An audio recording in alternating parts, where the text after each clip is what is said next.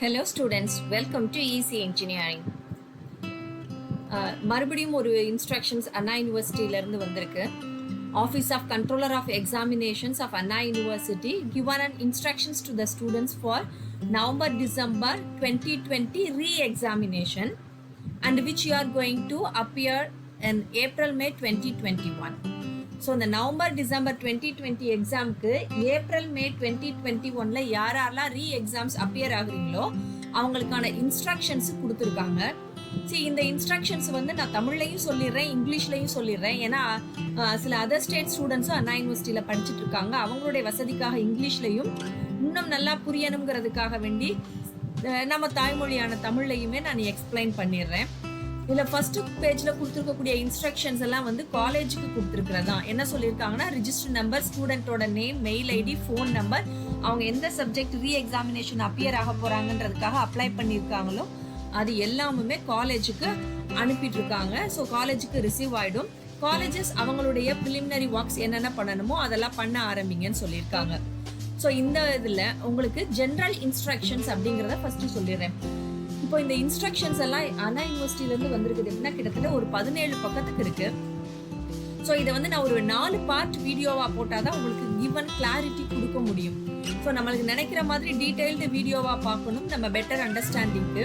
அதனால ஒவ்வொன்றையும் நான் 4 பகுதிகளாக பிரித்து சொல்ல போகிறேன். First part is general instruction. First, I will read out the points and explain you in a grasp way. As per the general instructions given, students will be provided with an hall ticket for admissions to the examination, and the hall ticket can be downloaded from official web portal of an office of COE, and it also sent to the registered mail IDs of the concerned student available with an office of Controller of Examinations. Then the hall ticket is issued as per the regulations and the instructions issued by the university from time to time. If the student does not comply with the above requirement given in the hall ticket, the examination taken by the student will be treated as cancelled. Then for all theory examinations, students should appear for examination from their place of stay. So இந்த first 3 பாயிண்ட்ல என்ன சொல்லியிருக்காங்கன்னா, hall ticket கண்டிப்பாக வேணும். Hall ticket அப்படிங்கிறது official web portal சிஓஇயோடைய இதில் அவங்க மூலமாக ரிஜிஸ்டர்டு மெயில் ஐடி, அதனால தான் காலேஜ்லேருந்து உங்களுக்கு மெயில் ஐடியை வாங்கி அனுப்பிச்சிருக்காங்க. உங்கள் கன்சர்ன் மெயில் ஐடிக்கு உங்கள் ஹால் டிக்கெட் வந்துடும். ஹால் டிக்கெட்டில் என்ன ரூல்ஸ் அண்ட் ரெகுலேஷன்ஸ் கொடுத்துருக்காங்களோ டைம் டு டைம் அது என்ன இருக்குதோ அதை கண்டிப்பாக நீங்கள் ஃபாலோ பண்ணிக்கணும். அது இல்லைன்னா அது எக்ஸாம் அப்பியர் ஆனதை ட்ரீட்டட் அஸ் அண்ட் கேன்சல்டுன்னு சொல்லியிருக்காங்க. ஸோ ஹால் டிக்கெட் வெப் போர்ட்டலில் இருந்து மெயில் ஐடிக்கு அனுப்பிச்சிடுவாங்க. அதை நீங்கள் பார்த்து வச்சுக்கோங்க. ஹால் டிக்கெட்டில் என்ன இன்ஸ்ட்ரக்ஷன் கொடுத்துருக்காங்களோ அதை நீங்கள் ஃபாலோ பண்ணிக்கோங்க. எல்லா எக்ஸாமும் உங்களுடைய பிளேஸ்லேருந்து நீங்கள் எழுதணும். இதுதான் ஃபர்ஸ்ட் 3 பாயிண்ட்ல சொல்லியிருக்காங்க. Then any discrepancies with regard to the spelling of name of the student or subject for which the student is permitted to the examination should immediately be brought to the notice of COE of this university. Then students should satisfy themselves that they have received the correct question paper before commencing to answers. Students should verify the subject code, subject name and regulations given in the question paper. So முதல்ல hall ticket வந்த உடனே உங்களுக்கு கொடுத்துருக்கக்கூடிய name, உங்களுடைய spelling, ஏன்னா சில பேர் வந்து ஸ்பெல்லிங் மாற்றி எழுதுவீங்க. உங்கள் பேர்களுக்கு நடுவில் சில பேர் ஸ்பேஸ் விடுவாங்க, 2 பேராக இருந்ததுன்னா. சில பேர் ஸ்பேஸ் விடாமல் எழுதுவாங்க.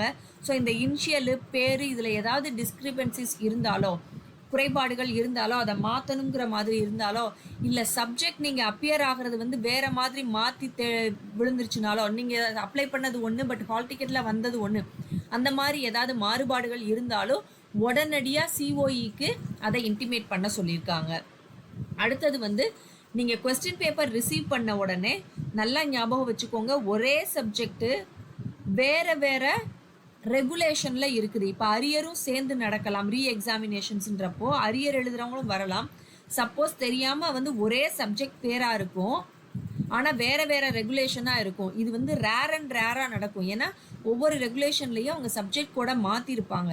அதுக்கும் மேலே ஏதாவது நடந்ததுன்னா அதை நீங்கள் தான் என்ஷூர் பண்ணணும். ஸோ ஃபஸ்ட்டு வந்து நீங்கள் கொஸ்டின் பேப்பரை மெயிலில் ரிசீவ் பண்ண உடனே உங்களுடைய சப்ஜெக்ட் கோடு, சப்ஜெக்ட் நேமு, ரெகுலேஷன் இது எல்லாத்தையும் கரெக்டாக இருக்குதான்னு செக் பண்ணி பார்த்துக்கோங்க.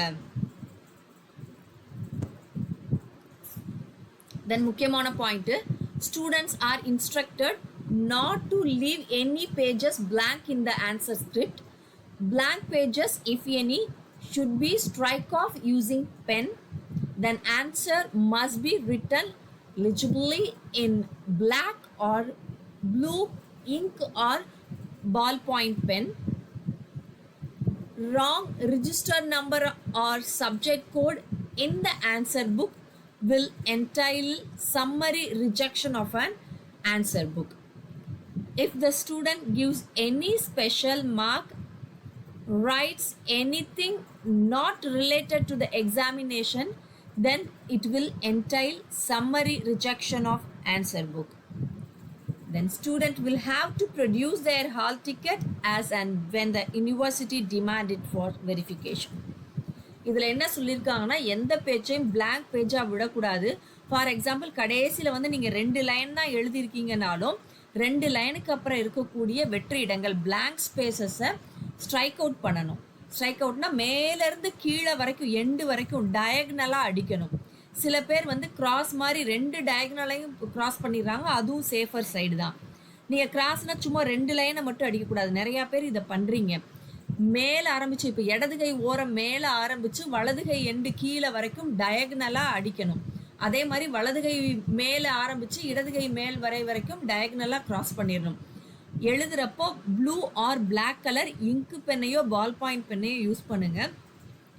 பட் வந்து நான் எப்போவுமே ஸ்டூடெண்ட்ஸ்க்கு ப்ரிஃபர் பண்ண சொல்கிறது பால் பாயிண்ட் பென் தான். ஏன்னா இங்கு பென் ஏதாவது இங்கு கசிஞ்சிடலாம், அந்த மாதிரி சில விஷயங்கள் நடந்துடலாம். அதனால் பால் பாயிண்ட் பென்னை யூஸ் பண்ணுங்கள். ரிஜிஸ்டர் நம்பரோ இல்லை சப்ஜெக்ட் கோடோ ஏதாவது தப்பாக எழுதிட்டோம்னாலோ, இல்லை தேவையில்லாத இன்ஃபர்மேஷன்ஸ், எக்ஸாமினேஷனுக்கு தேவையில்லாத சில செய்திகள் ஏதாவது அதில் எழுதப்பட்டாலோ அந்த பேப்பர் வந்து கேன்சல்னு சொல்லியிருக்காங்க. ஸோ இதுதான் ஜென்ரல் இன்ஸ்ட்ரக்ஷனில் கொடுத்துருக்குது. இதை திருப்பி நீங்கள் நல்லா வியூ பண்ணி பாருங்கள். இதுக்கப்புறமா எக்ஸாம் பேட்டர்ன் பற்றியும் எக்ஸாம் ப்ரொசீஜர்ஸ் பற்றியும் உங்களுக்கு டோன்ட்ஸ் நிறைய இருக்குது. அதை நெக்ஸ்ட் வீடியோவாக பார்க்குறேன்.